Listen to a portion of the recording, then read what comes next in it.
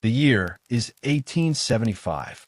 The scent of sawdust mingles with tobacco smoke, cheap perfume, and something darker you'd rather not identify. Gas lamps flicker against weathered wooden walls, casting shadows that dance like restless spirits. In the distance, a piano plays a melancholy tune, its notes drifting through the thin air of a frontier town where dreams come to die and women disappear into whispered legends. You're about to step into boots that thousands of forgotten women once wore. Their stories lie buried beneath decades of romanticized tales and sanitized history books. But tonight, we peel back the veneer of myth to reveal the brutal truth beneath. The real Wild West wasn't filled with hearts of gold or happy endings. It was a machine that consumed young women and left nothing but unmarked graves and fading memories. So settle in, dim the lights, and let the darkness carry you back to a time when survival was measured not in years, but in the ability to endure one more night. This is the story they never wanted you to hear. Chapter 1. Hell's Half-Acre. The rough wooden floor creaks beneath your bare feet as consciousness slowly returns. Your head throbs with the familiar ache of cheap whiskey and cheaper laudanum. The room spins gently, like a music box winding down, and through the thin walls you hear the sounds that never stop in this place. Men's laughter, sharp and predatory. The clink of coins on felt tables. Someone crying, muffled by a pillow or a hand. You're no longer who you were 6 months ago. That person died somewhere between Kansas City and this dusty frontier town whose name changes depending on who's asking and how much they've had a drink. Now your property, though they dress it up in prettier words. Entertainment. Companionship. A comfort to lonely men in a lonely land. The mirror above your wash basin reflects a stranger. Rouge stains your cheeks in perfect circles, applied thick to hide the bruises underneath. Your lips are painted crimson, the color of fresh blood or dried wine. The powder on your face is white as bone meal, mixed with lead that seeps into your skin with each application. Beauty, they tell you, is your only currency here. Beauty and compliance. Outside your window, the town sprawls like a wounded animal against the endless prairie. False-fronted buildings lean against each other for support, their paint peeling in the relentless sun and bitter wind. Main Street is a river of mud and horse dung, crossed by wooden planks that serve as bridges between one circle of hell and the next. The church sits at one end of town, its bells silent in the morning air. The cemetery spreads behind it, filled with unmarked graves of women who once slept in rooms just like this one. Your dress hangs from a nail in the wall, a confection of silk and satin in peacock blue. It costs more than most families see in a month, but you'll never own it. Like everything else in your life, it belongs to him. Maddox, the saloon owner, keeper of debts and dreams deferred. The dress will be added to your account, along with the rouge, the powder, the laudanum that makes the nights bearable. Each pretty thing another link in the chain that binds you to this place. The contract you signed bears your name in shaky letters, though the terms were explained in language that danced around the truth like smoke around a flame. Room and board provided, clothing furnished, medical care when necessary.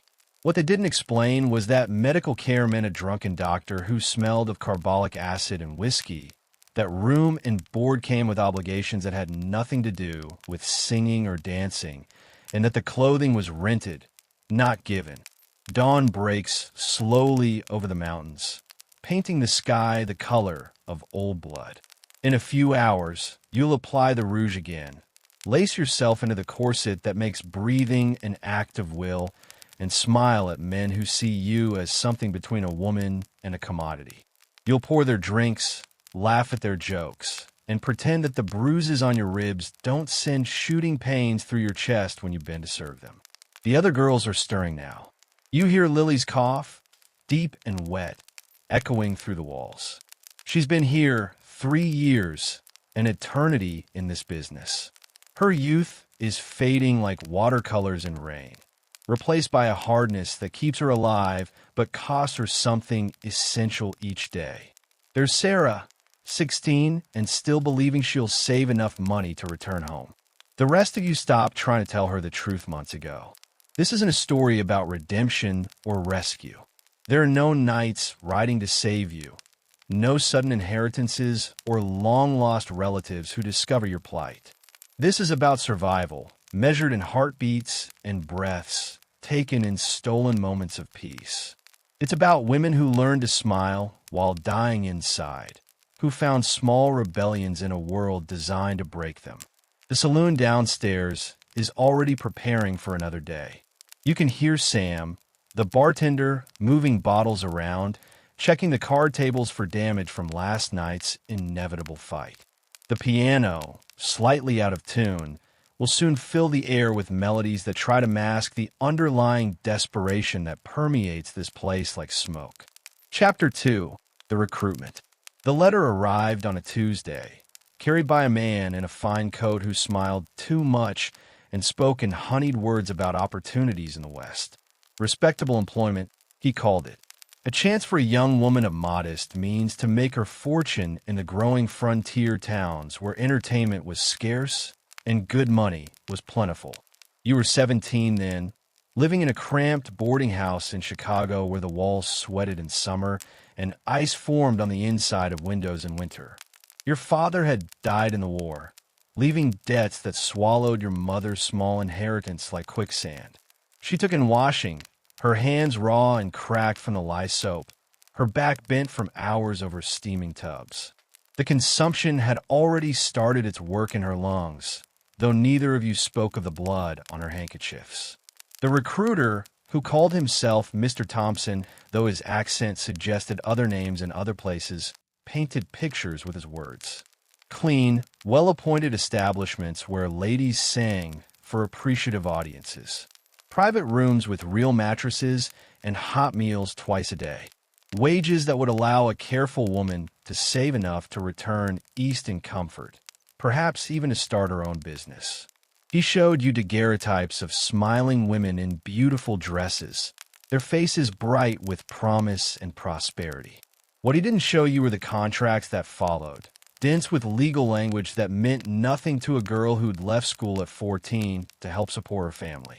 The advance payment that seemed so generous would later become an anchor, dragging you down into depths you couldn't imagine. The journey west was the first lesson in how little your comfort mattered. The railway car was filled with women like you, girls really clutching carpet bags and dreams that grew smaller with each mile. You learned their stories during the long nights when sleep wouldn't come. Mary, whose husband had left her with 3 children and no means of support.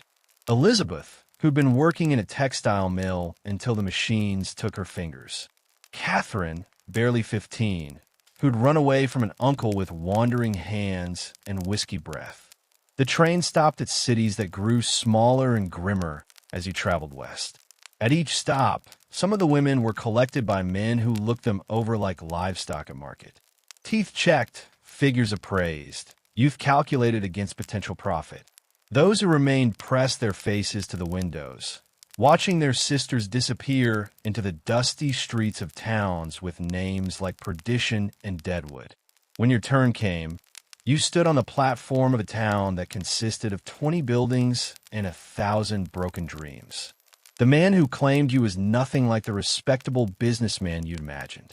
Maddox was thick-set and bald, with small eyes that calculated your worth in the time it took to shake his hand. He wore a gold watch chain across his vest, the only clean thing about him. The other women on the platform looked like ghosts of their former selves. Their dresses were fine enough, but their eyes held a hollowness that no amount of rouge could disguise. They stood silent as Maddox examined his new property, as he counted you like coins in his pocket. No one warned you that the beautiful dresses in the photographs were costumes, that the smiling faces were masks worn for survival. The contract was explained to you in the back room of the general store, where the light was dim and witnesses were scarce. room, board, and clothing provided in exchange for entertainment services. The debt you'd already incurred for transportation, advance payment, and traveling expenses would be deducted from your earnings. Fair wages for fair work, Maddox assured you, his breath smelling of tobacco and decay.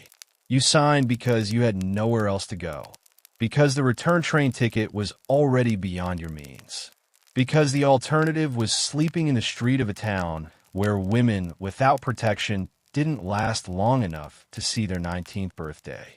The pen felt heavy in your hand, as if you were signing away more than just your labor. The boarding house where he took you was clean enough, though the rooms were small and the walls thin. Your fellow residents greeted you with tired smiles and warnings disguised as advice. Don't anger him, they said. Pay your debts quickly. Save what you can.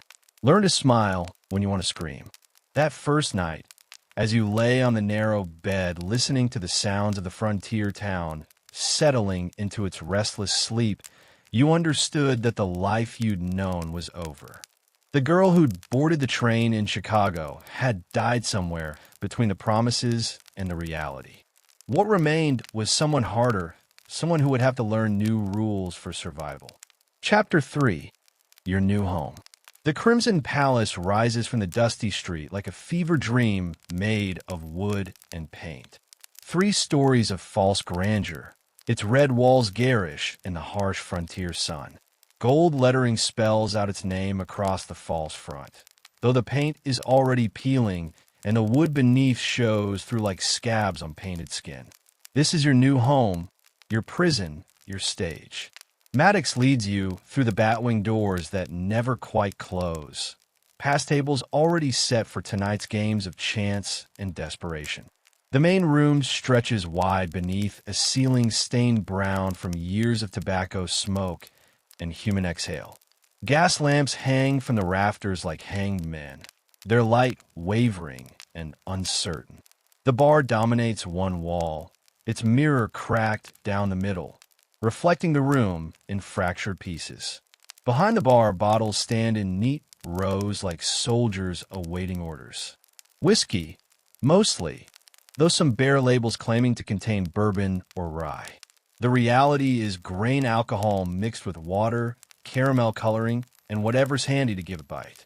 Tobacco juice, chili pepper, even strychnine in small doses to add excitement to the evening. The beer is warm and flat, stored in barrels that may or may not have been properly cleaned between batches. To your left, card tables wait for tonight's players.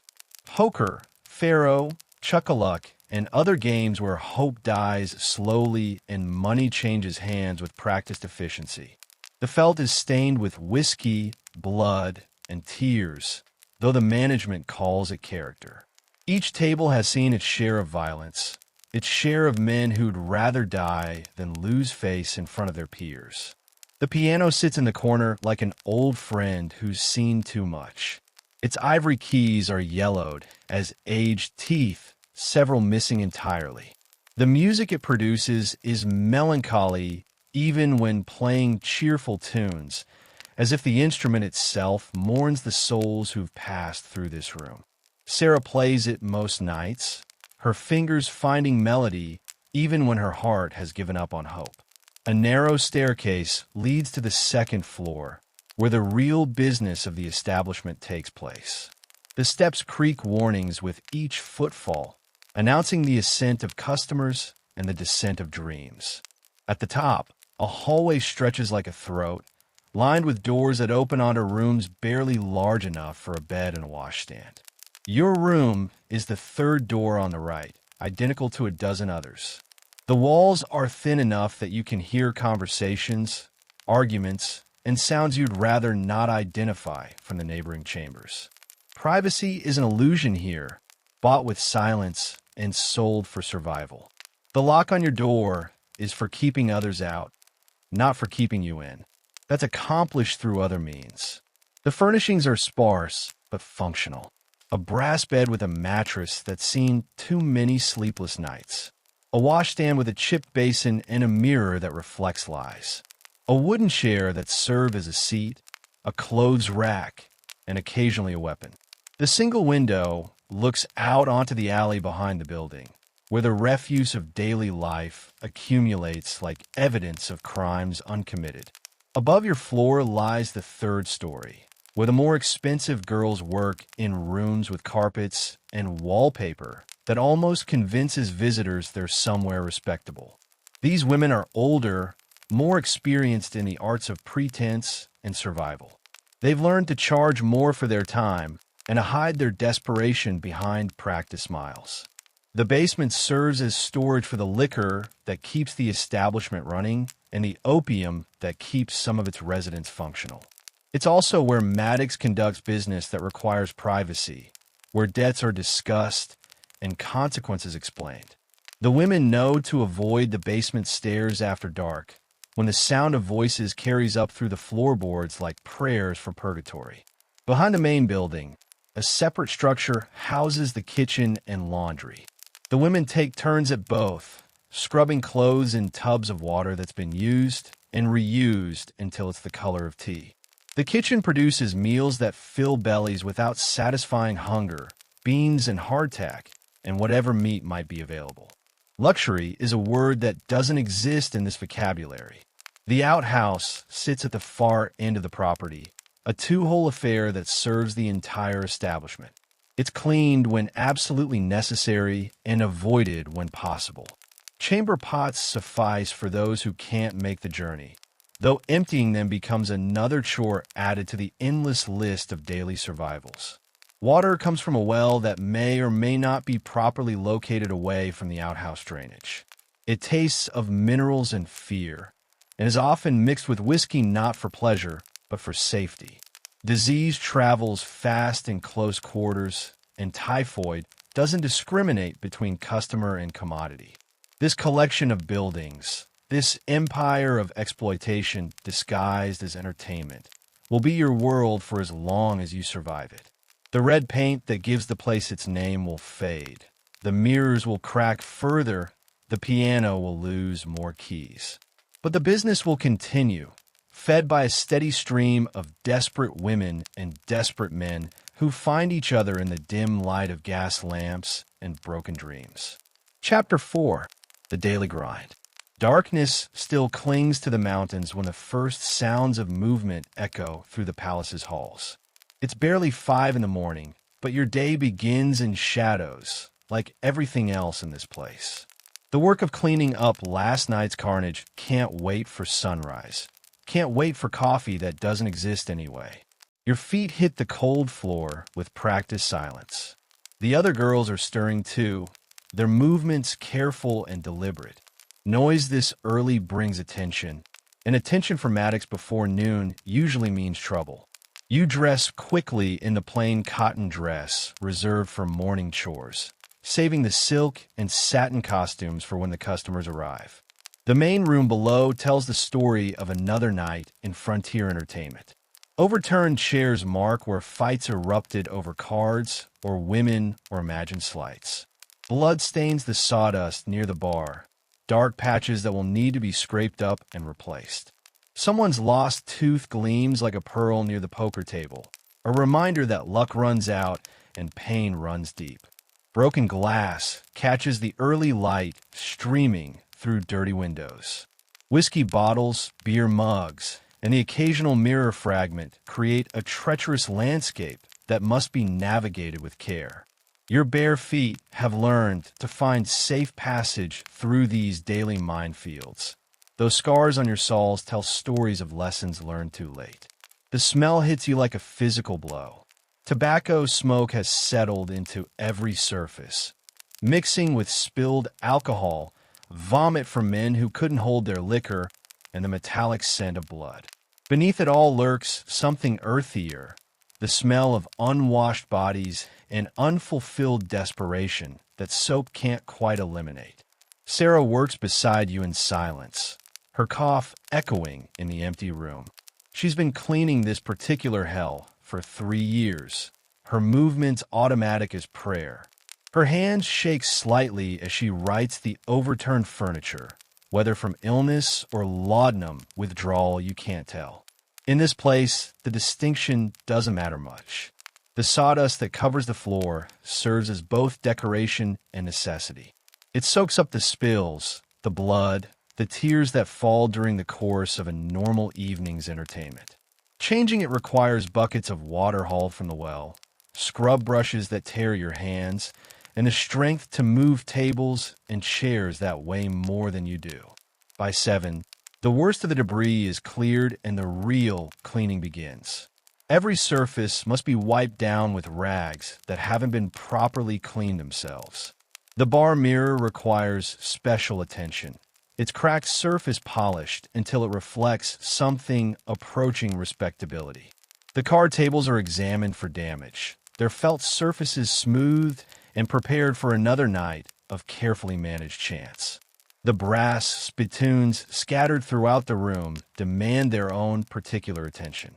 The contents are disposed of carefully, though where exactly remains one of those mysteries you've learned not to investigate.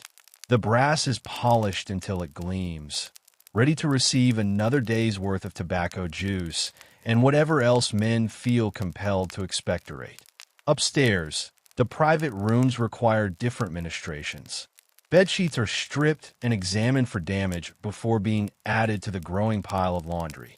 Blood, when it appears, is soaked in cold water before washing. Other stains receive different treatments, though the harsh soap available rarely removes everything. The mattresses are turned and aired when possible, though the wooden frames creak protests to the movement. Some beds have seen so much use that their springs have given up the ghost entirely, leaving hollows that tell stories of countless encounters. These depressions are filled with whatever padding can be found, old clothes or newspapers or rags that will serve until something better appears.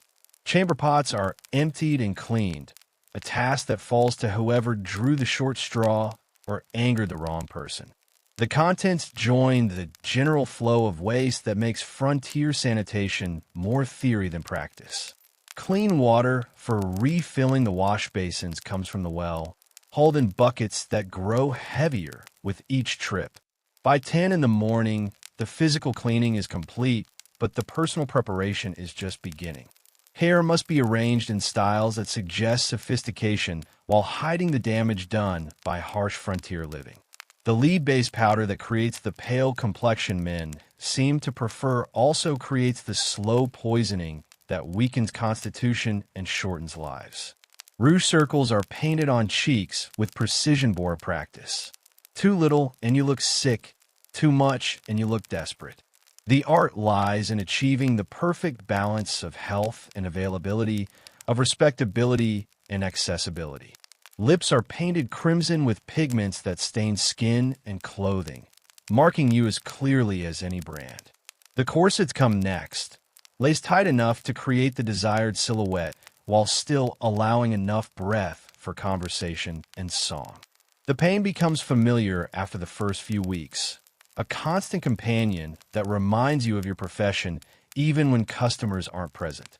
Broken ribs are an occupational hazard, whether from overly enthusiastic lacing or overly enthusiastic customers. Perfume masks the smells that soap and water can't quite eliminate. Rose water or lavender oil, when available, though more often it's alcohol mixed with whatever flowering plants grow wild nearby. The scent becomes your signature, the smell that will linger in customers' memories and draw them back for more. By noon, the transformation is complete. The woman who scrubbed blood from sawdust has disappeared, replaced by a vision in silk and satin who smiles on command and laughs at jokes that aren't funny. The palace is ready for another day of business, another 16 hours of entertainment that will end where this one began, with broken glass and broken dreams scattered across a floor that tells no tales. Chapter 5. Fashion and Beauty. The silk rustles like whispered secrets as you lift the peacock blue dress from its hook. In the flickering gaslight, it appears almost alive, shimmering with promises it cannot keep. This gown, worth more than most men earn in 6 months, will never belong to you. It is merely borrowed finery, Another debt added to the ledger that keeps you bound to this place like iron shackles disguised as jewelry. The corset waits on your narrow bed, its whalebone stays gleaming dully in the morning light. 18 inches of restriction wrapped in silk and secured with steel hooks that bite into tender flesh. You've learned to breathe in the shallow, measured way that keeps consciousness while creating the silhouette men desire. The pain has become familiar, a constant pressure that reminds you of your profession even in sleep. Your reflection in the cracked mirror reveals a stranger painted in lead and lies. The powder you dust across your skin contains enough white lead to slowly poison you, grain by grain, application by application. It creates the porcelain complexion that suggests purity while concealing the bruises that tell the truth of your existence. Each morning you apply it thicker, hiding not just the marks of violence, but the growing pallor of mercury poisoning. The rouge comes from a small tin pot, its contents the color of fresh blood or dying roses. You paint perfect circles on your cheeks with a rabbit fur brush that costs more than most women see in a lifetime. Too little color, and you appear ill, which drives away customers. Too much, and you look desperate, which attracts the wrong kind of attention. The skill lies in achieving the perfect balance between health and availability. Your lips require special attention. Painted with carmine, derived from crushed cochineal insects mixed with mercury and lead. The crimson stain will mark everything you touch, from whiskey glasses to men's collars, leaving traces of your presence like drops of blood at a crime scene. The taste is metallic and bitter, a constant reminder of the poison you willingly apply for the sake of beauty. Hair arrangement takes the better part of an hour, each strand trained into elaborate curls and waves that suggest sophistication while hiding the damage done by harsh frontier living. The lye-based soap you use for washing leaves your scalp raw and your hair brittle as straw. Pomade made from bear grease and questionable herbs provides shine while attracting every particle of dust in this godforsaken territory. The dress requires assistance to don properly. Its dozens of tiny buttons and hidden hooks designed to be fastened by ladies' maids that don't exist in this corner of civilization. Sarah helps you, her fingers quick and practiced from years of similar mornings. Neither of you speaks during this ritual. Words might break the fragile pretense that you're preparing for something other than survival. Stockings of real silk, when available, or cotton pretending to be silk when budget demands. They must be perfect, without runs or snags that might suggest poverty or carelessness. A single tear means relegation to the washing tubs until replacement inventory arrives on the next wagon train. The garters that hold them are decorated with ribbons and bows, feminine touches that mock the violence they'll witness. Jewelry serves multiple purposes in your profession. The paste diamonds and colored glass catch light and attention, but the heavier pieces can serve as weapons when desperation demands. A well-placed brooch can discourage unwanted advances, while rings can add force to a defensive blow. Every ornament is chosen for beauty and utility, decoration and defense. Perfume masks odors that soap cannot eliminate. Rose water imported at tremendous expense, or lavender oil distilled for whatever grows wild in the territory. More often, it's simply alcohol mixed with whatever flowers can be found, creating scents that are cloying and artificial. The goal is not elegance, but concealment, hiding the smells of fear and desperation beneath layers of artificial sweetness. The shoes present their own particular torture. Heeled boots that throw your balance forward, forcing you to walk in the mincing steps that men find appealing. The leather is often poorly cured, stiff and unforgiving against feet already tender from long hours standing on wooden floors. Blisters are standard, infection common, permanent damage inevitable. Your transformation complete, you study the result in the fractured mirror. The woman staring back bears little resemblance to the girl who arrived 6 months ago. That innocent died somewhere between the first application of lead powder and the realization that escape was measured in years rather than days. What remains is a carefully constructed illusion, beautiful and terrible in equal measure. The cost of this daily transformation extends beyond money into flesh and spirit. Each morning you paint over yesterday's damage, creating a mask that grows thicker with time. The lead seeps into your bloodstream. The mercury accumulates in your organs. The constant restriction of breath weakens your constitution. Beauty, in this place, is a slow suicide performed for the entertainment of others. Yet without this ritual, without the silken paint and borrowed finery, you become invisible in a way that means death. Plain women don't survive long in establishments like the Crimson Palace. Beauty is armor here, protection against the casual violence that claims those deemed worthless. So you paint your face each morning like a warrior preparing for battle, knowing that each day might be your last. Chapter 6. The Clientele. The first customers arrive with the afternoon shadows, their boots announcing their presence across the wooden floor like drumbeats of approaching doom. You've learned to read men in the space between heartbeats, to catalog their dangers and possibilities before they speak their first words. Survival depends on this skill, on knowing which smile to wear and which corner to avoid. Cowboys ride in from ranches scattered across the territory, their clothes stained with dust and worse. Months of isolation on the range leave them hungry for company, though their idea of companionship often involves violence disguised as pleasure. They smell of horses and sweat and the particular desperation of men who've forgotten how to speak to women without paying for the privilege. Their hands are calloused from rope and leather, strong enough to break bones without intention. The silver miners descend from the mountains like ghosts, their faces pale from underground labor and mercury poisoning from the amalgamation process. They carry bags of dust and nuggets, wealth that makes them generous and reckless in equal measure. But the mercury that separates gold from, or also separates reason from restraint. Their moods shift like mountain weather, sunny generosity turning to violent rage without warning or cause. Gamblers drift through town like tumbleweeds, following rumors of easy money and easier marks.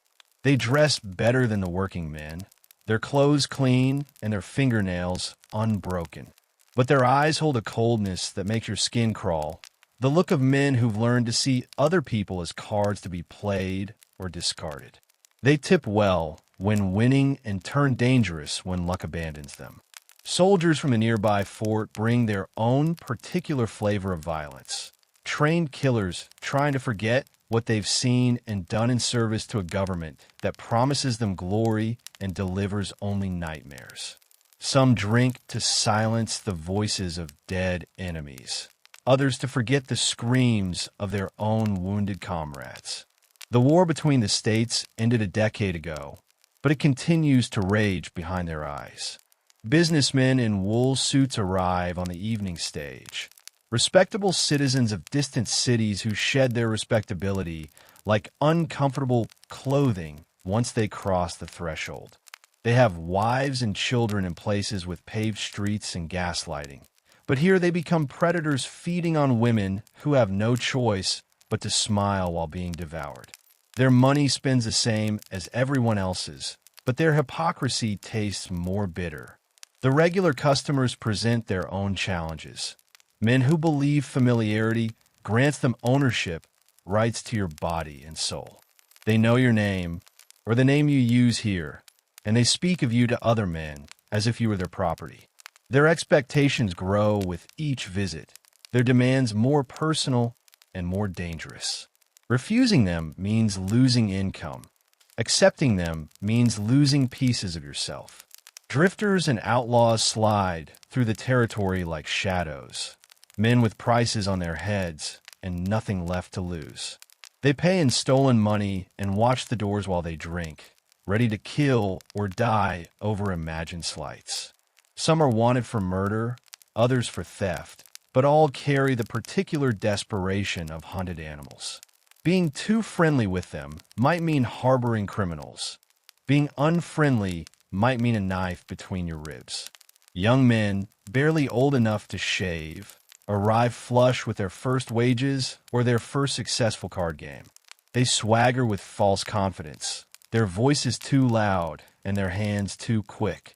They want to be seen as dangerous, as worthy of respect, and they often prove their manhood through violence against those who cannot fight back.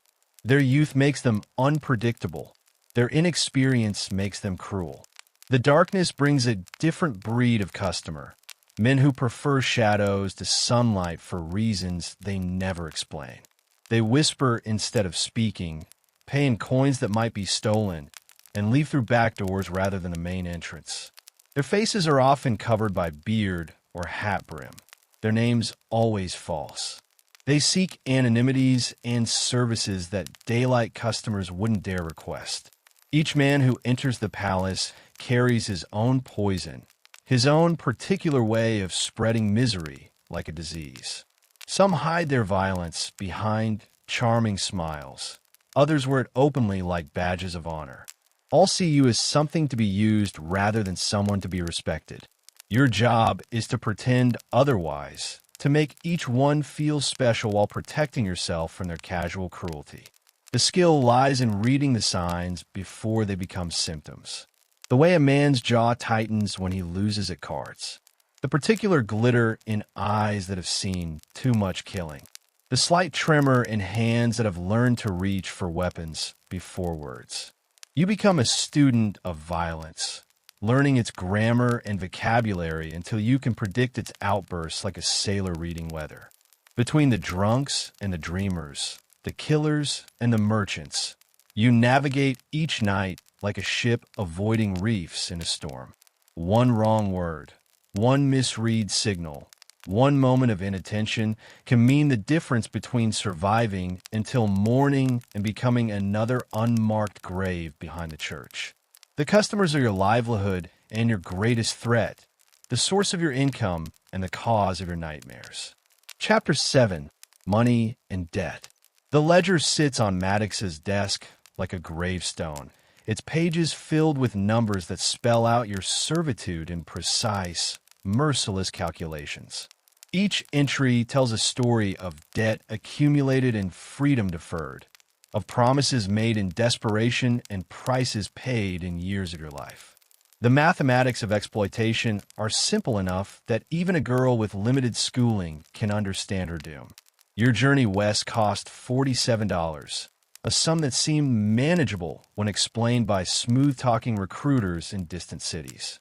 Transportation, meals, and accommodations during travel all advanced against future earnings.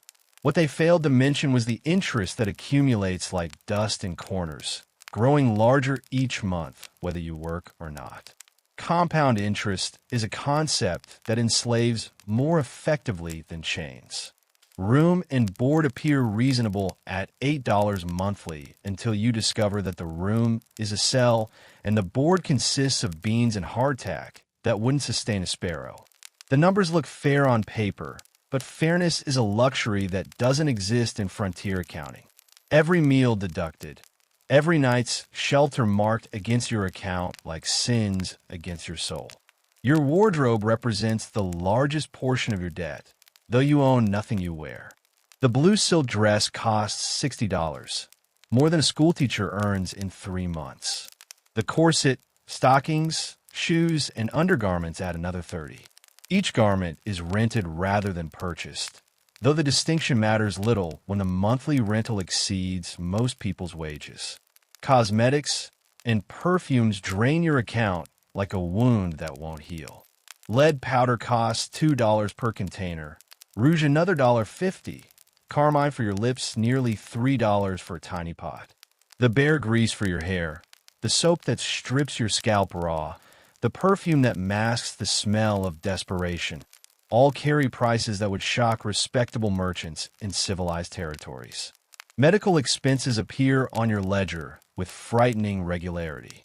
Dr. Patterson charges $5 for visits that consist mainly of bloodletting and mercury treatments that cause more damage than they cure. Laudanum for pain costs $3 per bottle, though the addiction it creates costs infinitely more.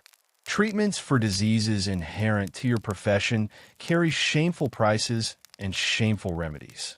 The house takes 60% of everything you earn, a percentage that Maddox justifies by listing the services he provides. Protection from violent customers, though that protection often fails when you need it most. Marketing and promotion, though your names are never advertised beyond the crude drawings on the saloon's walls. Business management, though the business seems designed to benefit everyone except the women who make it possible. Fines accumulate like snowflakes in winter, each one small, but collectively overwhelming. Late for work costs 50 cents. Talking back to customers costs $1. Refusing a client's request costs $2. Being sick costs $5 per day, as if illness were a choice rather than an inevitability. Breaking dishes, staining clothing, or aging beyond your peak earning years all carry financial penalties that transform normal human experiences into luxury expenses. The company store extends credit at prices that make highway robbery seem generous. A bar of decent soap costs 75 cents, 3 times the price in a real town. Coffee, when available, costs $2 per pound. Sugar is $1.50, salt nearly as much. Every necessity becomes a debt, every comfort an impossibility. The store credit system ensures that your wages return to Maddox's pocket before they can accumulate in yours. Alcohol and opium serve dual purposes in the frontier economy. They make the work bearable while ensuring that any money you might save disappears in a haze of temporary forgetfulness. A bottle of decent whiskey costs $3, laudanum $4. The mathematics are cruel. The substances that make survival possible also make escape impossible. Addiction becomes another form of currency, paid in years of shortened life. Interest compounds monthly at rates that would shame loan sharks in civilized cities. Money borrowed at 10% quickly becomes 20, then 40, then impossible to repay. Late payments carry penalties that exceed the original debt. Missed payments result in additional charges plus reduced privileges, creating a spiral that descends inevitably toward complete submission. Some girls attempt to save money by denying themselves necessities, eating less, wearing rags beneath their silk dresses, refusing laudanum when pain becomes unbearable. Their efforts are heroic and futile, like trying to empty the ocean with a teaspoon. The system is designed to prevent accumulation of capital by those who generate it, ensuring that the only way out is feet first. The few women who manage to buy their freedom serve as dangerous examples to the rest. Their stories spread like whispered prayers, tales of careful saving and careful planning and careful luck that allowed them to settle their accounts and walk away. But for every success story, 20 others end in failure, in debts that grow larger despite years of payment, in women who die owing more than they earned in their entire careers. The ledger never lies, though it rarely tells the truth. Your debt stands at $437 as of last month's accounting, a sum that might as well be $4,000 for all the hope it offers. Every night you work adds to the total as surely as it subtracts, creating wealth for others while ensuring poverty for yourself. The numbers don't lie, but they don't tell stories of dreams deferred or souls sold by installments either. Chapter 8. Violence and Danger. Blood stains the sawdust beneath your feet as you serve whiskey to men whose hands shake with more than just drink. Violence lives in this place like a permanent resident, sometimes sleeping but never truly absent. It breathes in the tobacco smoke, lurks in the shadows between gas lamps, and explodes without warning over imagined slights and real grievances that have nothing to do with you. The first gunshot of the evening rings out before midnight, a sound as common as church bells in civilized places. Someone accused someone else of cheating at cards, or looking too long at another man's woman, or simply existing in the wrong space at the wrong moment. The bullet finds flesh or wood with equal indifference, leaving holes that tell stories no one wants to read. Fights erupt like prairie fires, sudden and consuming.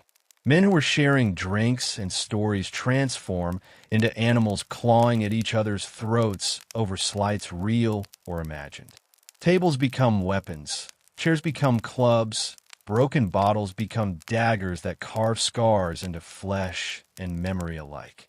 You learn to read the signs, the sudden stillness before the storm, the way conversations die when violence draws breath. Your own safety depends on invisibility during these eruptions, on becoming a shadow that serves drinks and removes empty glasses without drawing attention to your presence. Movement must be swift but not hurried, helpful but not intrusive. The wrong word or gesture can redirect violence toward you, transforming you from observer to victim in the space between heartbeats. Customers view you as property to be used rather than people to be respected, their treatment ranging from casual cruelty to outright violence, depending on their mood and blood alcohol level. Bruises become cosmetics applied by angry hands, hidden beneath powder and rouge like secrets beneath confessions. The marks they leave are territorial, signs of ownership that other men read and respect or challenge according to their own capacity for violence. Maddox rules through fear as much as economics, his authority enforced by men who've learned to enjoy the application of pain. Disobedience brings swift correction. Rebellion brings permanent damage. His office in the basement serves as both counting house and torture chamber, where debts are discussed and consequences demonstrated on flesh that bears no witness beyond scars. The absence of law enforcement means justice is personal and immediate, dispensed by whoever has the most guns and the least conscience.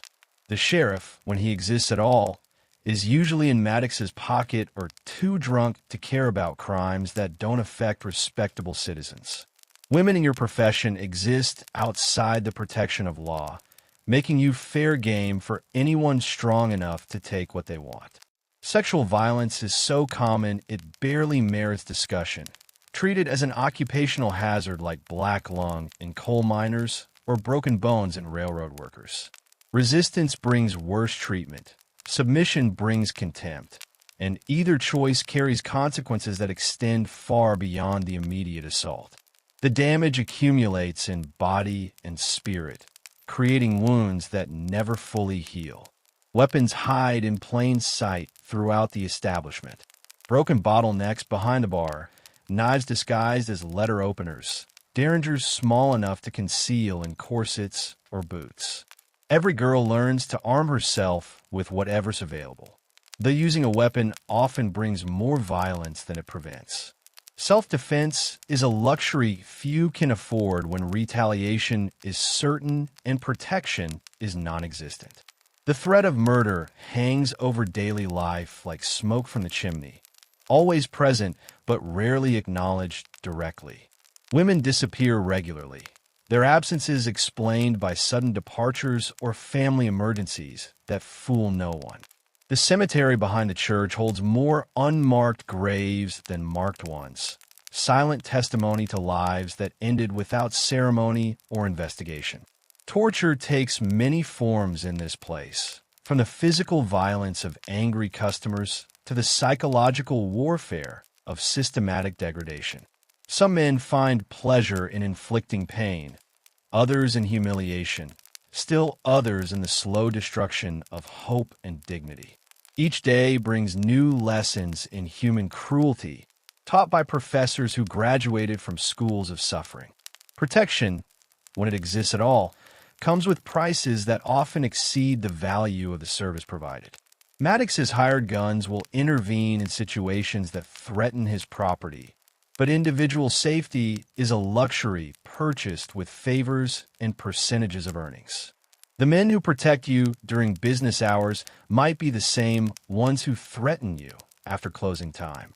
Escape attempts bring swift and severe punishment, designed to discourage others from similar thoughts. Beatings, confinement, starvation, and worse await those caught trying to leave without settling their accounts. The few who succeed become legends whispered in dark corners, their stories growing with each telling until they become myths rather than memories. The violence shapes everything in this place, from the way you walk to the way you speak to the way you think about tomorrow. It creates a constant state of alertness that exhausts the spirit while keeping the body alive. You learn to sleep with one eye open, to smile while calculating escape routes, to laugh at jokes that aren't funny while watching for signs of danger. Death visits so frequently it becomes familiar, a regular customer who always pays his tab and never leaves tips. Some nights you clean blood from the floor, other nights you step over bodies that haven't been removed yet. The distinction between survival and catastrophe narrows to seconds and split decisions, to reading men's faces like weather maps and hoping your predictions prove accurate until dawn arrives with another day of the same. Chapter 9. Disease and Medicine. The cough that echoes through the thin walls at 3 in the morning tells stories that daylight refuses to acknowledge. It's Sarah again, her lungs fighting a battle they've been losing for months. The consumption spreads through the palace like whispered secrets, passing from room to room on shared breath and communal despair. In a place where bodies press close in darkness, disease travels faster than gossip and strikes with more certainty than justice. Your own body betrays you in smaller ways, each day bringing new evidence of the toll this life exacts on flesh and spirit. The lead powder you apply each morning seeps through your skin like slow poison, accumulating in your bones and organs with the patience of inevitability. Your gums bleed when you brush your teeth, your hair falls out in clumps, and strange tremors shake your hands during quiet moments. Dr. Patterson arrives once weekly, his black bag containing remedies that often prove worse than the diseases they're meant to cure. His breath reeks of whiskey and his hands shake with palsy or drink, but he's the only medical authority within 50 miles. He treats the French disease with mercury that drives some girls mad, their minds fragmenting like broken mirrors while their bodies slowly poison themselves. The mercury treatments leave you weak and nauseated, your mouth filled with the metallic taste of dissolution.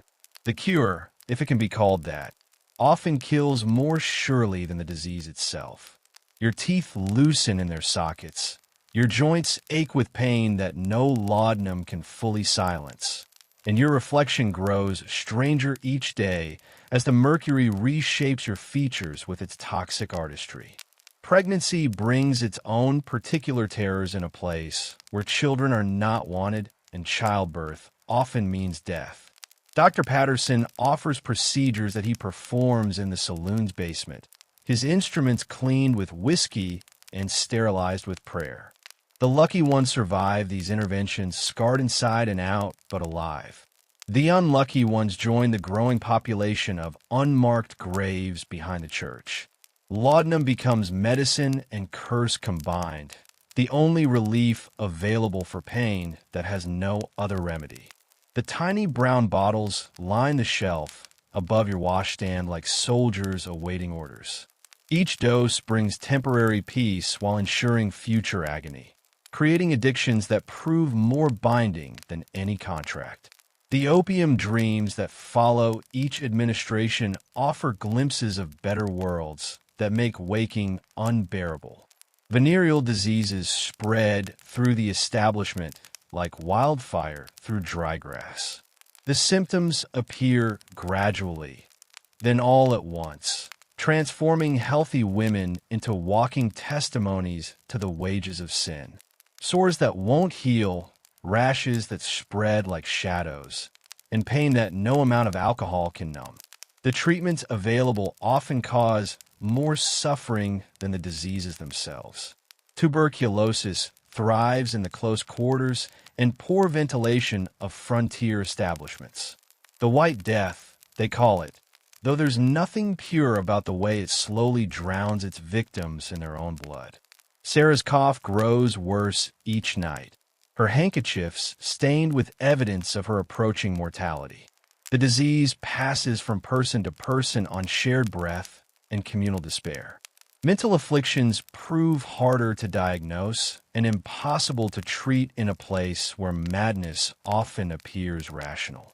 The isolation, violence, and degradation drive some women into states of mind that exist beyond the reach of conventional medicine.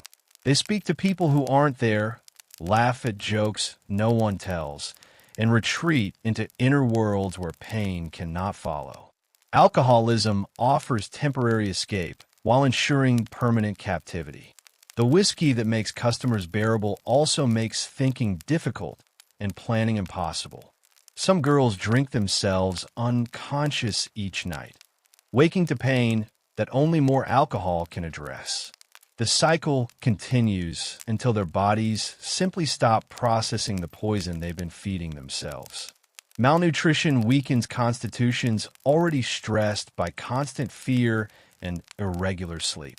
The beans and hardtack that constitute most meals lack the nutrients necessary to maintain health under normal circumstances, much less the extraordinary demands of frontier prostitution. Scurvy, rickets, and other diseases of deficiency appear with increasing frequency among women who serve food they cannot afford to eat.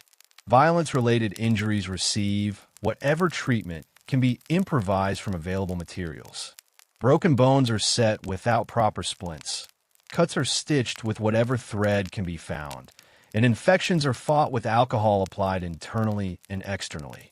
The lucky ones heal crooked. The unlucky ones don't heal at all. Patent medicines promise miraculous cures for everything from hysteria to consumption. Their bottles decorated with claims that would be criminal if anyone cared enough to prosecute fraud in this lawless territory. The tonics contain mostly alcohol mixed with trace amounts of cocaine, opium, or other substances that mask symptoms while exacerbating underlying conditions. Suicide attempts increase during the long winter months when daylight disappears early and hope seems as distant as spring. Dr. Patterson treats these cases with the same mixture of mercury and moral condemnation he applies to everything else. The women who survive often wish they hadn't, while those who succeed finally escape debts that death cannot collect. The accumulation of illnesses creates a spiral that descends inevitably toward the cemetery. Each disease weakens resistance to the next. Each treatment causes new problems while failing to solve existing ones.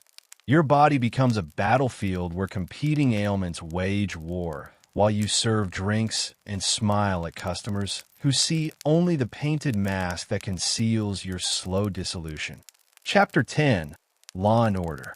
The badge on Sheriff Clayton's vest gleams like a cruel joke in the gaslight, polished bright to hide the tarnish of corruption beneath. Justice in this territory flows like whiskey, available to those who can pay for it and poison to those who can't. The law exists mainly as a suggestion, enforced selectively and interpreted creatively, depending on who's asking and how much they're offering. Your complaints about violence and theft disappear into Clayton's desk drawer along with a bottle of good bourbon that Maddox provides monthly to ensure continued cooperation. The sheriff's understanding of law enforcement extends primarily to protecting the interests of those who contribute to his comfortable retirement fund. Women in your profession exist outside the boundaries of legal protection, making you fair game for anyone with sufficient coin or sufficient violence. The courthouse sits empty most days, its windows dark, and its justice cold as mountain streams.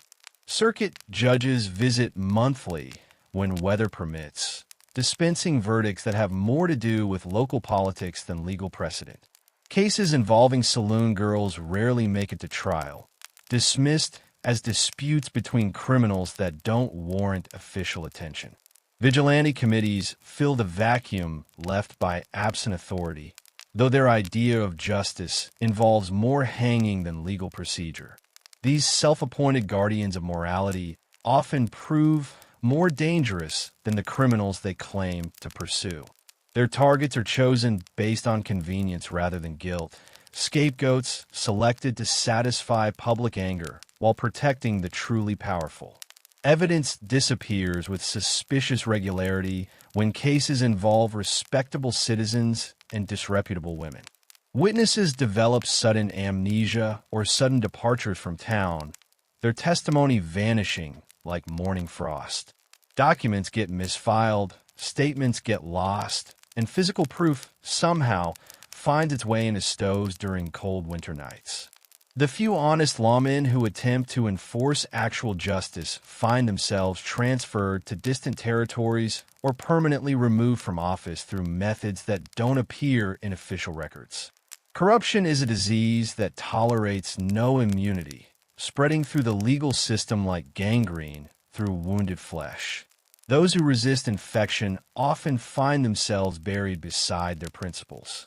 Legal representation for women in your profession exists mainly in theory, since no lawyer wants to stake his reputation on defending clients that society has already condemned.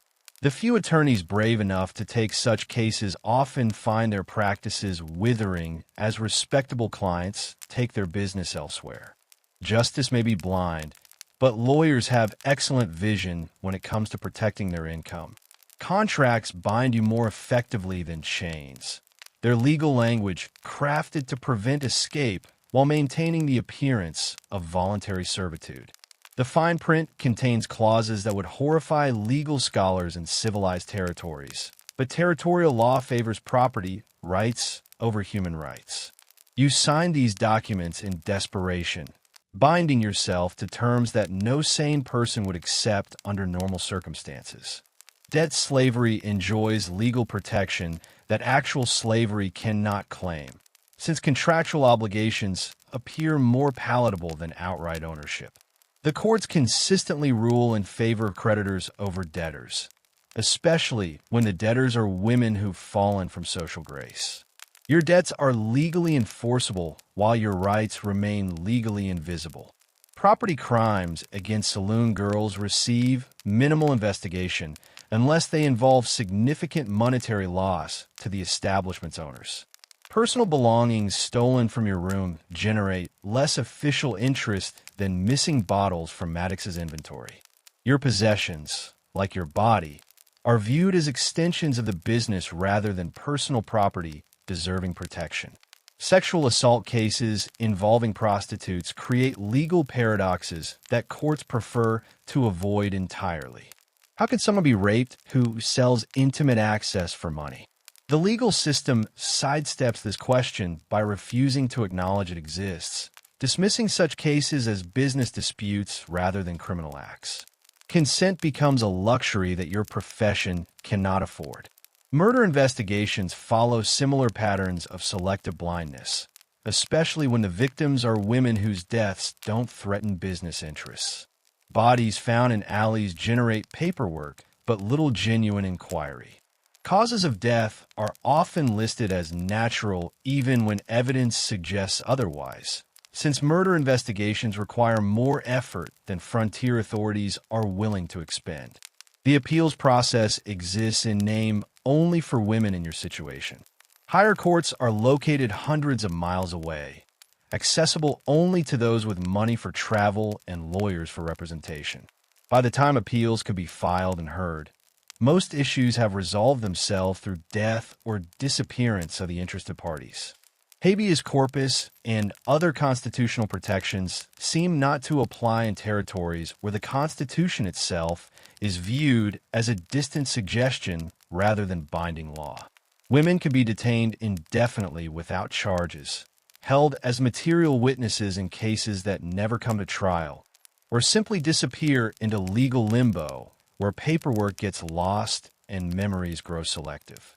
The federal marshals who occasionally pass through town focus on crimes that affect interstate commerce or federal property. Individuals suffering doesn't merit federal attention unless it threatens larger economic interests. Your problems are local problems requiring local solutions, even when local authorities are the source of the problems themselves. Legal marriage offers the only escape route recognized by law, though finding husbands willing to assume your debts prove challenging. The few men who propose often have motivations that make your current situation seem preferable. Freedom through matrimony often proves to be trading one form of bondage for another, with fewer legal protections than your current contract provide. The legal system that was supposed to bring civilization to the frontier instead brought sophisticated methods of exploitation, disguised as law and order. Justice wears a badge and carries a gun, but serves only those who can afford its protection. For everyone else, the law is just another weapon pointed at their throats. Chapter 11. Relationships and Love. Love arrives in the darkest places like wildflowers pushing through cracked stone, unexpected and fragile, and doomed by the very ground in which it tries to grow. The heart doesn't ask permission before it opens, doesn't consider the practical impossibilities or the inevitable heartbreak that waits at the end of every tender feeling in a place like this. Thomas rides in from the northern ranches every month, his eyes holding gentleness that seems impossible in men who spend their days with cattle and their nights with whiskey. He speaks to you as if you were a lady rather than property, asks about your thoughts rather than your services. These conversations happen in stolen moments between customers, whispered over drinks that neither of you are really drinking. The other girls watch with expressions that mix hope and terror whenever Thomas appears. They've seen this before, this dangerous blooming of genuine feeling in soil that cannot sustain it. Love in a frontier saloon is like a candle in a powder magazine, beautiful until it destroys everything around it. But watching it happen again doesn't make them love it less or fear it more.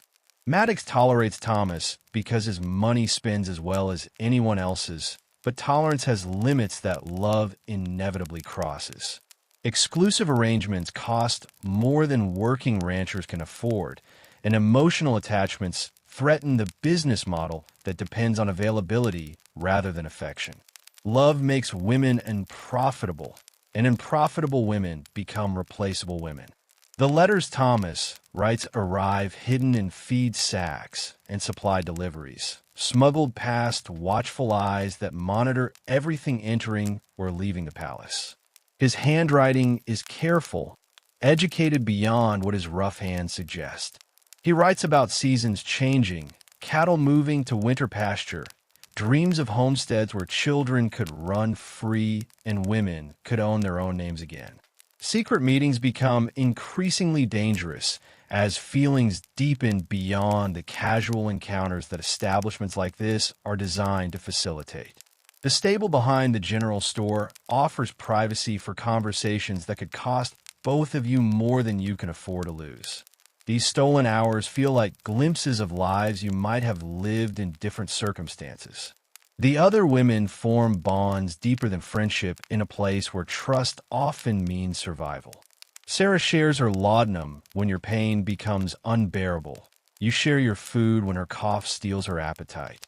These relationships exist outside the business that brought you together, alliances forged in shared suffering and maintained through mutual protection. Jealousy strikes like snake bites, sudden and poisonous, when customers show preferences that affect income distribution. Competition for the better clients creates tensions that sometimes explode into violence. But more often it manifests in small cruelties, stolen belongings, and spiteful gossip that makes difficult lives even harder to bear. Children born from these relationships face futures darker than their mothers. Unwanted reminders of moments when women forgot to protect themselves from consequences they couldn't afford. Some babies disappear quickly, their fates unrecorded and unquestioned. Others survive to grow up in establishments where childhood ends before it properly begins. Pregnancy tests love in ways that reveal its true nature. Thomas speaks of marriage and homesteads when he learns about the child. But words are easier than actions when faced with the reality of Maddox's contracts and accumulated debts. The mathematics of love rarely account for the arithmetic of survival. The miscarriage comes during the third month, brought on by violence or stress or the mercury treatments that Dr. Patterson insists are necessary for your health. Thomas holds you while you bleed away dreams that never had a chance to become real. His tears mix with yours in the darkness of a room that has witnessed too much sorrow to absorb anymore. Letters stop arriving after the loss, whether because Thomas has moved on or because Maddox has intercepted them becomes academic. The silence grows heavy with implications and possibilities, none of them offering comfort to a heart that has learned to expect disappointment as surely as sunrise. The other women offer what consolation they can, understanding that love in this place always ends the same way. They've buried their own feelings so deeply that watching your surface and then drown becomes almost unbearable. Their kindness comes tinged with relief that they're not the ones suffering this particular heartbreak. Memory becomes both torture and treasure, preserving moments of genuine connection in a life filled with counterfeit intimacies. The way Thomas said your real name instead of your working name. The gentleness of his hands when they touched without taking. The possibility of escape that seemed real enough to taste before it evaporated like morning mist. New customers sometimes mistake your melancholy for sophistication, paying extra for the privilege of trying to solve the mystery behind your eyes. They don't understand that some sadnesses are too deep for their shallow pockets to reach, that some hungers cannot be satisfied with money or lust or casual violence. The heart learns to protect itself by closing gradually, like flowers sensing the approach of winter. Each disappointment builds calluses over tender places. Each betrayal adds another layer of protective cynicism. By the time you've survived long enough to grow truly hard, love has become a luxury you can no longer afford to risk. Yet sometimes in the quiet hours before dawn when the saloon finally sleeps, you remember what it felt like to be seen as human rather than commodity. These memories hurt more than the mercury treatments, more than the violence of angry customers, because they remind you of what you've lost and can never recover. Chapter 12. Food and Survival. The beans have been sitting in their pot since Monday, growing darker and more questionable with each passing day. It's Thursday now, and new ingredients are simply added to the existing mess, creating a stew that defies both appetite and description. This is frontier cooking at its most practical, where waste is sinful and fresh food is rarer than honest politicians. Your stomach growls with a hunger that goes beyond mere appetite, the deep gnawing of malnutrition disguised as variety. The establishment provides 2 meals daily, though calling them meals requires generous interpretation of the word. Breakfast consists of hardtack soaked in what passes for coffee, while dinner offers the eternal bean pot supplemented by whatever protein might be available. Salt pork appears occasionally, though its age and quality remain subjects best left unexplored. The meat floats in the bean pot like pale islands in a dark sea, adding fat and flavor to a mixture that needs both desperately. Sometimes it's actual pig, other times the source remains mysterious enough to discourage detailed inquiry. Fresh vegetables exist only in memory and fever dreams, their absence marked by loose teeth and bleeding gums that testify to the slow starvation hidden beneath layers of silk and painted smiles. Scurvy creeps through the palace's residence like a thief, stealing health with the patience of accumulated deficiency. Your body craves what it cannot have, sending signals that grow weaker as time passes. The well water tastes of minerals and worse, though boiling it with chicory creates something resembling coffee that masks the underlying flavor of dissolution. Real coffee beans cost more than most women earn in a week, making them luxury items reserved for special occasions that never seem to arrive. The chicory brew stains your teeth brown and provides little beyond warm liquid and the illusion of comfort. Bread becomes currency when it's available, traded for favors and information like golden coins in an economy of want. The hard loaves that arrive weekly from the settlement's only bakery are dense enough to serve as weapons, requiring soaking before consumption. Fresh bread exists only in dreams and distant memories of lives lived in civilized places. Milk sours quickly in the frontier heat, making it dangerous to consume and expensive to waste. The few cows in the territory are kept for breeding rather than dairy, their milk reserved for calves that will eventually feed the growing population of hungry settlers. What little dairy products reach the palace have usually begun their journey towards spoilage before they arrive. Sugar is weighed out like gold dust, rationed carefully and guarded jealously by whoever controls the kitchen duties. A single spoonful sweetens a week's worth of bitter coffee, making the terrible taste almost bearable.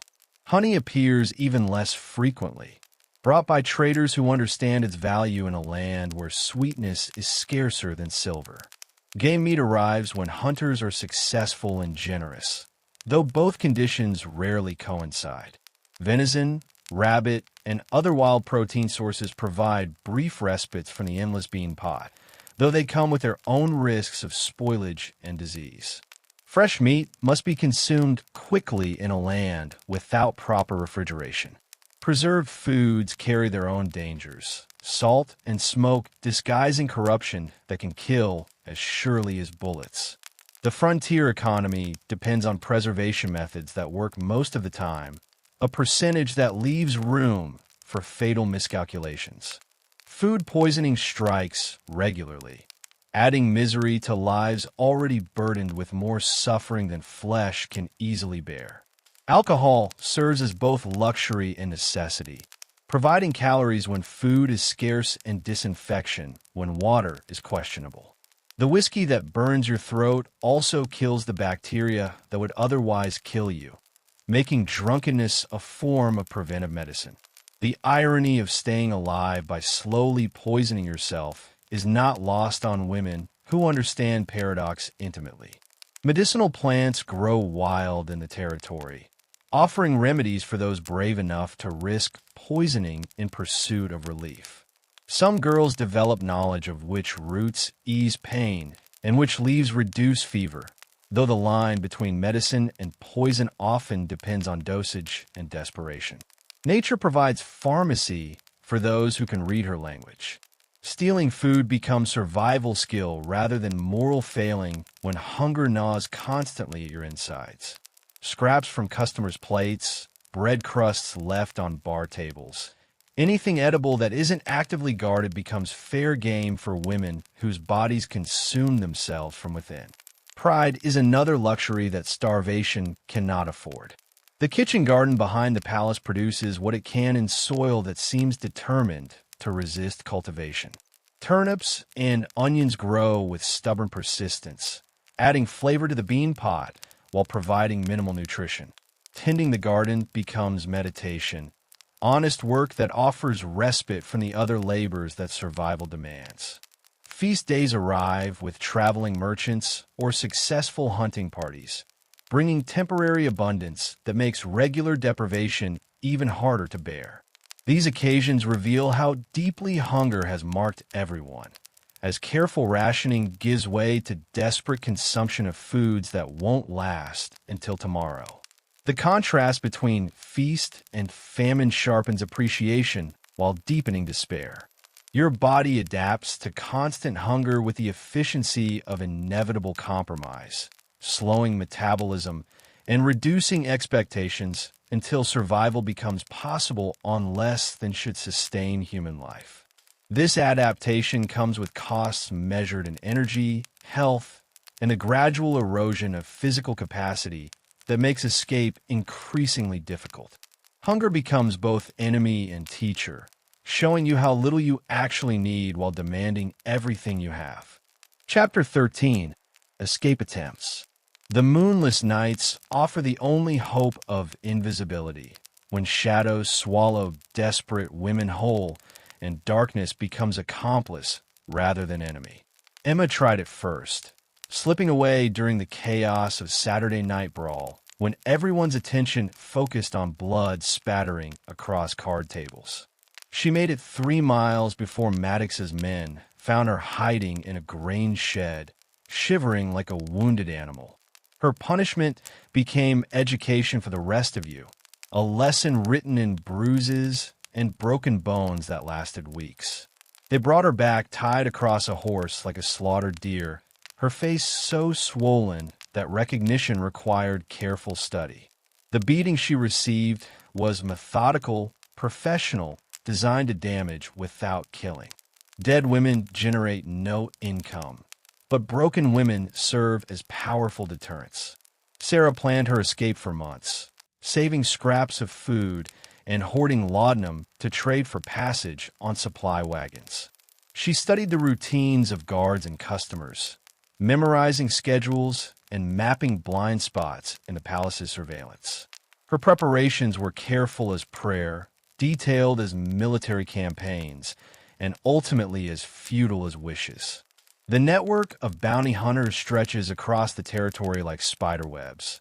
Their service is available to anyone willing to pay standard rates for human retrieval. These men know every trail, every hiding place, every sympathetic farmer who might shelter desperate women.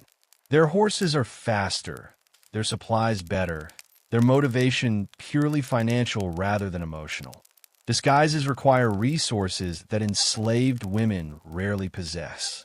Men's clothing costs money and raises suspicions when purchased by saloon girls. Hair must be cut short, though growing it back takes months of careful cultivation. Walking and talking like men requires practice that draws attention when performed incorrectly. Every detail must be perfect, since discovery means punishments worse than the original captivity. Some girls attempt escape through marriage, convincing lonely men to assume their debts in exchange for domestic services that seem preferable to professional ones. These arrangements occasionally succeed, though more often they simply transfer ownership from establishment to individual. Freedom through matrimony remains freedom in name only when husbands prove more demanding than madams. The Underground Railroad that helps escape slaves proves less reliable for escaped prostitutes, since moral crusaders draw distinctions between different types of bondage. Church groups that would risk imprisonment to help runaway slaves often view saloon girls as fallen women who deserve their circumstances. Sympathy flows more freely toward those perceived as innocent victims rather than willing participants. Winter escapes face additional challenges as snow blocks mountain passes and freezing temperatures kill exposed travelers within hours. The few women brave enough to attempt winter flights often die from exposure before reaching safety. Their bodies discovered months later by spring hunters who bury them in unmarked graves beside forgotten trails. Clara succeeded where others failed, though her victory came at costs that made some question whether escape was worth the price. She endured assault by the wagon driver who agreed to transport her, robbery by bandits who took everything except her life, and months of near starvation before finding work as a laundress in a settlement 200 miles away. Her letters arrived sporadically, describing freedom that sounded suspiciously like another form of imprisonment. The few escape routes that work usually involve betraying other women, providing information about planned flights in exchange for reduced debts or improved treatment. This system ensures that trust becomes impossible, that alliances fragment under pressure, and that women remain isolated even when they share a common cause. Divide and conquer works better than locks and chains. Railroad connections offer hope to those who can reach stations without detection, though conductors require payment that few possess. Stowing away risks discovery and ejection at speeds that can prove fatal. The trains that might carry you to freedom also transport law enforcement officers who return fugitives for rewards that exceed most working women's annual wages. Mexican territories promise sanctuary for those who can cross borders without documentation or protection. The journey involves desert crossings that kill the unprepared, bandits who prey on refugees, and authorities who view undocumented women as resources to be exploited rather than humans seeking asylum. Freedom often proves more dangerous than captivity. Some women escape through death, choosing suicide over continued servitude when other options prove impossible. These final flights receive no pursuit, no punishment, no bounty hunting. The establishment writes off their debts as business losses and recruits replacements from the steady stream of desperate women flowing westward with each wagon train. Letters home rarely bring rescue, since families who could afford assistance usually prevent their daughters from entering the profession initially. Those who can help often won't, viewing fallen women as sources of shame rather than victims deserving salvation. Distance makes concern abstract, while poverty makes assistance impossible even when love remains strong. The psychology of escape becomes as important as the logistics. Since hope deferred makes hearts sick, while hope fulfilled requires courage that abuse systematically destroys. Women must believe freedom is possible while accepting that failure means worse conditions than before. This mental balance proves harder to maintain than physical preparation for flight. False escapes occur regularly, elaborate charades designed to test loyalty and identify potential flight risks.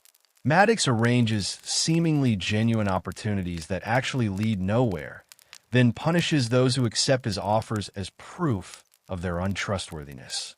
These traps make real opportunities harder to recognize and trust even more difficult to maintain. The successful escapees become legends whispered in darkness, their stories growing with each retelling until they resemble fairy tales more than factual accounts. Whether Clara really found happiness as a laundress or died anonymously in some distant settlement matters less than the hope her supposed success provides to women who need reasons to continue breathing. Chapter 14. The Endgame. Death arrives on schedule in the frontier territories, punctual as sunrise and just as inevitable. The cemetery behind the white-painted church grows larger each season, its unmarked graves outnumbering the named ones by ratios that would shock civilized communities. These mounds of earth hold women whose stories ended before their lives properly began, whose names died with them in places where identity was always provisional. Tuberculosis claimed Sarah on a Tuesday morning when the first snow dusted the mountains, her final breath escaping like steam from overworked lungs. She dies holding your hand, her fingers cold as winter streams and just as fragile.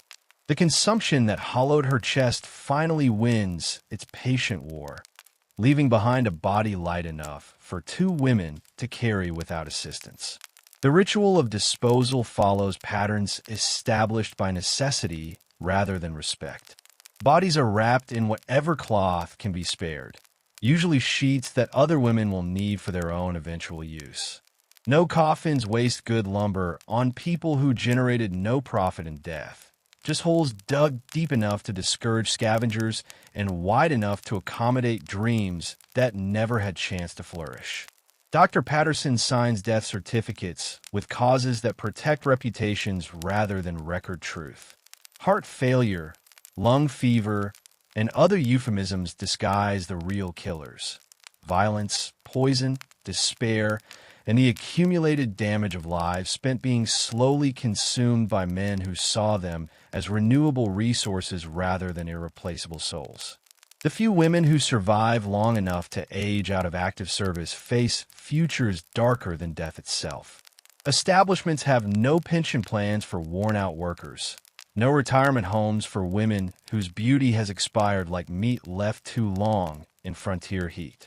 They become invisible, haunting the edges of towns that used their bodies then discarded their spirits. Some attempt suicide when illness or age makes continued work impossible, choosing death by their own hands rather than slow starvation in societies that offer no safety nets for fallen women. These final acts of autonomy are often the first real choices they've made since signing contracts that traded freedom for survival in places where survival itself proved temporary. Murder disguised as accident or natural causes removes women who become problems for establishments or customers with secrets worth killing to protect. Bodies found in alleys or rivers carry stories that investigations never uncover, since dead prostitutes generate less official interest than stolen horses or missing cattle. Their lives end in silence. Their deaths whisper rather than shout. The successful survivors, few as they are, disappear into anonymity in distant settlements where their pasts can be buried beneath new names and fabricated histories. These women learn to speak differently, dress differently, move through the world as if they were born to respectability rather than trained for survival. Their escapes require complete transformation, death of old selves to birth new ones. Children born to saloon girls face inherited disadvantages that follow them like shadows through shortened lives. Sons often die young from diseases or violence. Daughters frequently follow their mothers into the same profession that killed their predecessors. The cycle perpetuates itself with mathematical precision, each generation feeding the next into machinery designed to consume human hope. Laudanum overdoses provide exits that appear accidental while offering relief from pain that medicine cannot address and society will not acknowledge. The brown bottles that once brought temporary peace become doorways to permanent silence, their contents measured carefully between therapeutic and terminal doses. These deaths earn sympathy rather than condemnation, though the distinction matters little to the deceased. Violence claims its share through bar fights that turn deadly, customers who cross lines that trigger desperate self-defense, and casual brutality that escalates beyond intentions. Women die defending themselves from men who view resistance as personal insult deserving lethal response. Their bodies join the others in unmarked graves, while their killers face no consequences beyond brief inconvenience. The business continues regardless of individual casualties, replacing lost inventory with fresh supplies recruited from the same poverty that created the original victims. New girls arrive on schedule, their contracts identical to those signed by their predecessors, their fates as predictable as seasonal changes. The machine that consumes women operates independently of the fuel it burns. Memorials exist only in the memories of survivors who knew the deceased personally rather than professionally. No monuments mark their passing. No newspapers record their achievements or mourn their losses.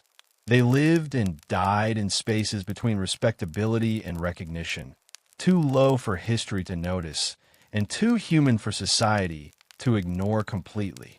Some bodies are shipped east when families can afford transportation and burial costs, though most relatives prefer to pretend their daughters died differently than they actually lived. These final journeys offer dignity in death that was denied in life, homecomings that occur only after consciousness has departed and criticism can no longer wound. The few who die naturally in their sleep are considered fortunate by those who witness their peaceful departures. These gentle endings become subjects of whispered conversations, examples of mercy in environments where suffering typically increases until consciousness surrenders to overwhelming pain. Even among the dying, some deaths are counted as blessings. Records of their existence fade faster than their physical remains, since establishments keep minimal documentation about workers they view as temporary employees rather than permanent residents. Names disappear from ledgers. Belongings are redistributed to living women who need them more than the dead, and spaces are cleaned for new occupants who will repeat the same cycles.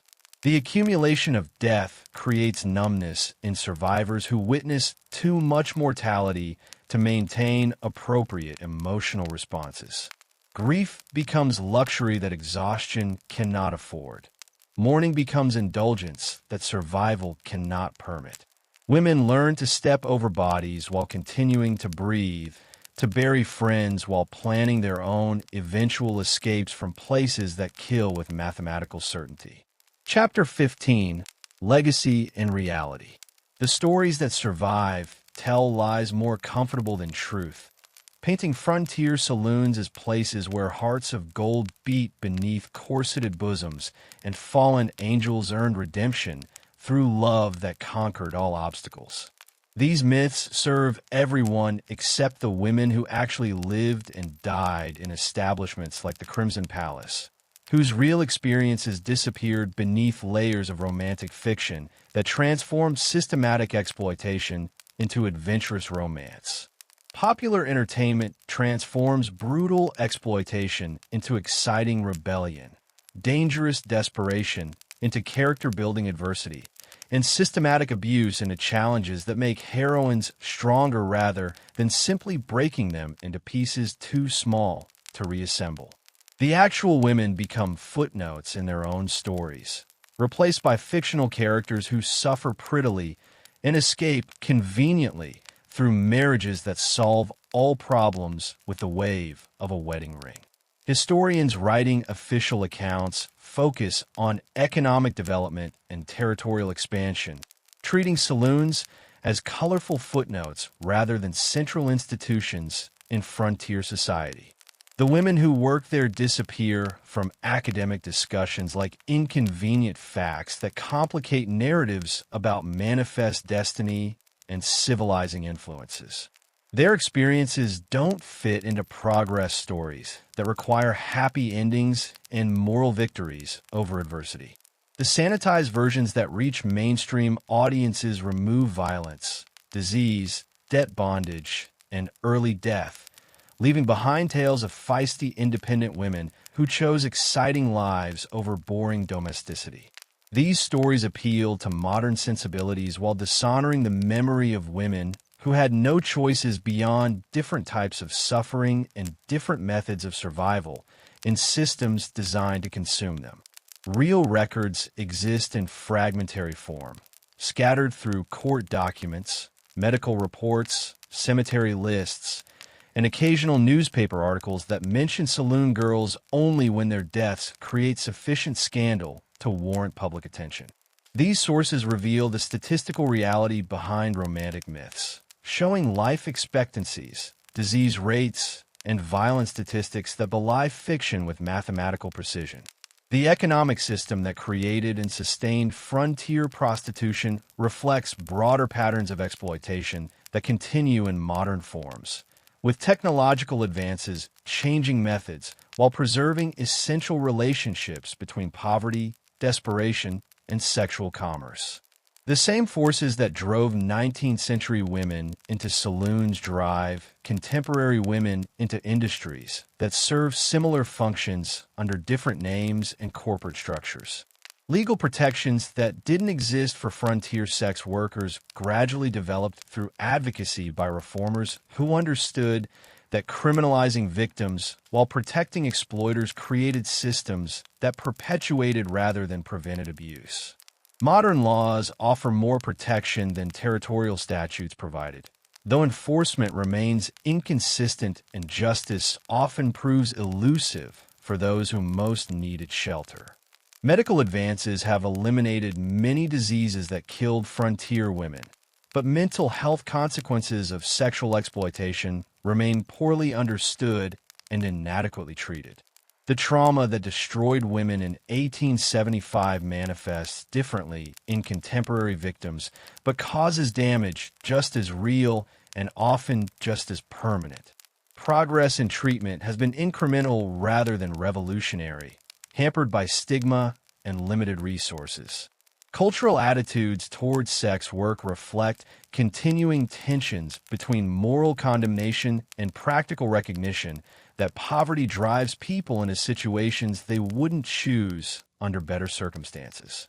Society simultaneously criminalizes and consumes sexual services, creating legal frameworks that protect consumers while exposing providers to dangers that law enforcement cannot or will not address adequately.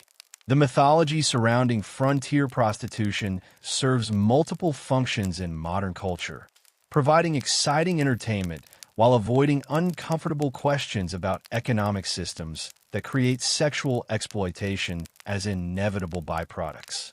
Romance novels and Western films offer fantasy escapes that acknowledge historical realities while transforming them into palatable entertainment that sells tickets rather than teaching truth. International human trafficking shares characteristics with historical frontier prostitution, including debt bondage, geographic isolation, document confiscation, and systematic violence designed to prevent escape. Modern victims face additional challenges from sophisticated criminal organizations that operate across borders, while law enforcement struggles with jurisdictional limitations and resource constraints that make prosecution difficult. Educational efforts to teach accurate history face resistance from audiences who prefer inspirational myths to depressing realities, from publishers who market to consumer preferences rather than historical accuracy, and from institutions that view entertainment value as more important than educational content. Truth becomes casualty of commercial pressures that favor fiction over fact, comfort over comprehension. Feminist scholars have attempted to recover authentic voices of historical sex workers through careful analysis of available sources. But documentation remains sparse, since the women themselves rarely left written records and official accounts reflected the biases of male-dominated institutions. Reconstructing their experiences requires reading between lines of hostile witnesses and incomplete evidence preserved by accident rather than intention. The transformation of frontier exploitation into romantic adventure demonstrates how societies reshape uncomfortable truths into comfortable lies, turning victims into heroines and systematic abuse into individual choice. These mythological processes protect contemporary audiences from confronting parallels between historical and modern exploitation while honoring the memory of actual victims through misrepresentation that serves current interests. Modern advocates for sex worker rights draw inspiration from historical examples while acknowledging that romanticizing the past serves neither historical accuracy nor contemporary justice. Understanding what actually happened in frontier saloons provides context for current debates about decriminalization, harm reduction, and the complex relationships between choice, coercion, and economic necessity in societies that create desperation. The women who died in places like the Crimson Palace deserve remembrance that honors their suffering rather than celebrating their exploitation, that acknowledges their humanity rather than reducing them to symbols, and that tells their stories truthfully rather than transforming them into entertainment. Their legacy should educate rather than titillate, inform rather than inspire romantic fantasies, and motivate action rather than passive consumption of their pain. Digital archives now preserve some fragments of their actual voices through letters, diary entries, and court testimonies that survive by chance rather than design. These documents reveal women who were intelligent, resourceful, and desperate rather than the stereotypes that popular culture promoted. They wrote about pain, fear, hope, and determination in language that cuts through romantic myths to reveal human beings struggling against systems designed to destroy them. The archaeological evidence from frontier saloon sites tells stories that written records omit, revealing living conditions, medical practices, and daily realities through artifacts that couldn't lie or be edited by later generations. Broken bottles, discarded needles, children's toys, and personal effects create portraits of lives lived in spaces between respectability and recognition. Chapter 16. The Morning After History. The gas lamps fade to electric brightness as consciousness returns to present time. Your modern bedroom replacing the narrow cell where Sarah coughed her life away into blood-stained handkerchiefs. The sheets beneath you are clean, the air free from tobacco, smoke, and desperation. The silence broken only by traffic sounds rather than gunshots and breaking glass. You stretch without pain, breathe without restriction, wake without fear of violence disguised as affection. Your morning routine proceeds without violence or coercion, each simple action representing freedoms that frontier women died trying to achieve. Hot water flows from taps that didn't exist in territorial settlements.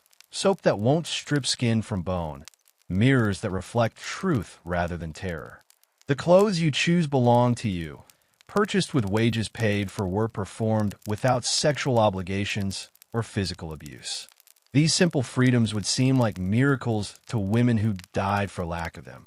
The breakfast you prepare contains nutrients that frontier women craved but rarely received, fresh fruits and vegetables that prevent the diseases that hollowed their cheeks and loosen their teeth. Your coffee is real, your bread soft, your milk fresh enough to drink without fear of poisoning. The abundance that surrounds you would represent impossible luxury to those who survived on beans and hardtack while serving meals they couldn't afford to eat. Legal protections shield you from exploitation that destroyed countless women who lived beyond the reach of effective law enforcement. Courts that acknowledge your rights as human being rather than property. Police who respond to your calls rather than ignoring them. Lawyers who will represent your interests rather than automatically siding with those who have more money and power.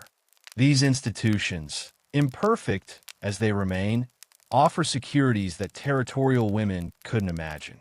Medical care addresses problems that once meant automatic death sentences, diseases cured with pills rather than mercury, injuries treated with sterility rather than whiskey. The ailments that killed frontier women now represent inconveniences rather than catastrophes, managed through pharmaceutical interventions and surgical procedures that would seem magical to Dr. Patterson with his bag of primitive brutalities and questionable remedies. The economic system that once trapped women in debt bondage has evolved into forms that offer more choices, though poverty still drives people into situations they wouldn't select under better circumstances. Social safety nets catch some who fall, though holes remain large enough for people to slip through into modern versions of historical exploitation. Progress has been measured rather than revolutionary, incremental rather than transformative. Educational opportunities that were denied to frontier women now provide pathways out of poverty and toward autonomy that previous generations couldn't access. Knowledge becomes power in ways that transcend mere slogans, offering tools for understanding and changing systems rather than simply enduring them. Information flows freely rather than being carefully controlled by those who profit from ignorance and desperation. Yet reading the true stories of frontier sex workers reveals how easily civilization can slip backward into brutality when legal protections disappear, when poverty increases beyond social systems' capacity to address it, when societies decide that certain groups of people deserve less consideration than others. The mechanisms that created 19th century exploitation remain embedded in contemporary structures, dormant rather than dead. Human trafficking operates through methods that would be familiar to women who died in frontier saloons, using debt bondage, geographic isolation, document confiscation, and systematic violence to prevent escape. Modern criminals employ technological advances to expand their reach, while law enforcement struggles with jurisdictional limitations and resource constraints that limit effectiveness in protecting vulnerable populations. The comfortable distance between past and present collapses when examining parallels between historical and contemporary exploitation, revealing how little fundamental relationships have changed despite technological progress and social evolution.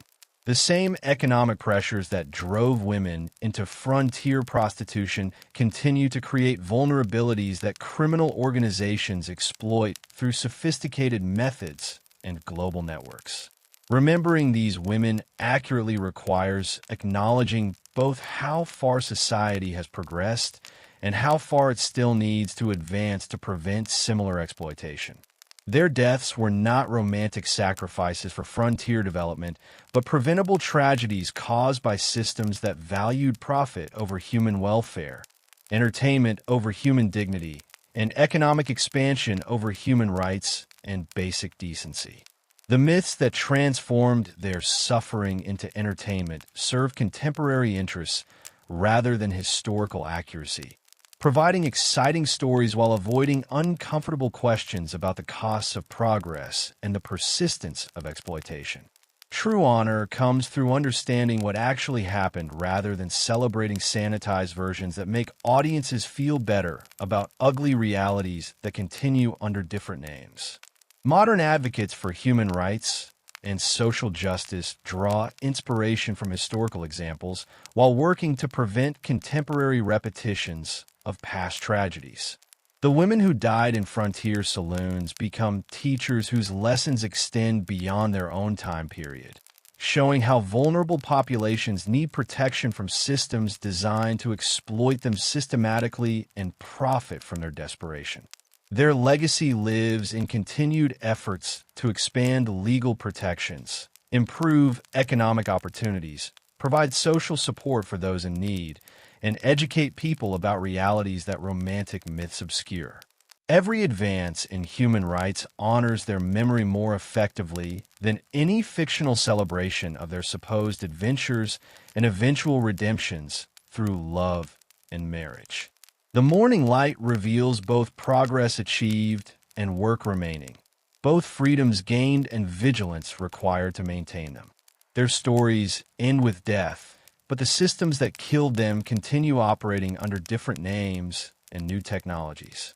Understanding history accurately provides tools for recognizing and confronting contemporary versions of historical injustices before they claim new victims.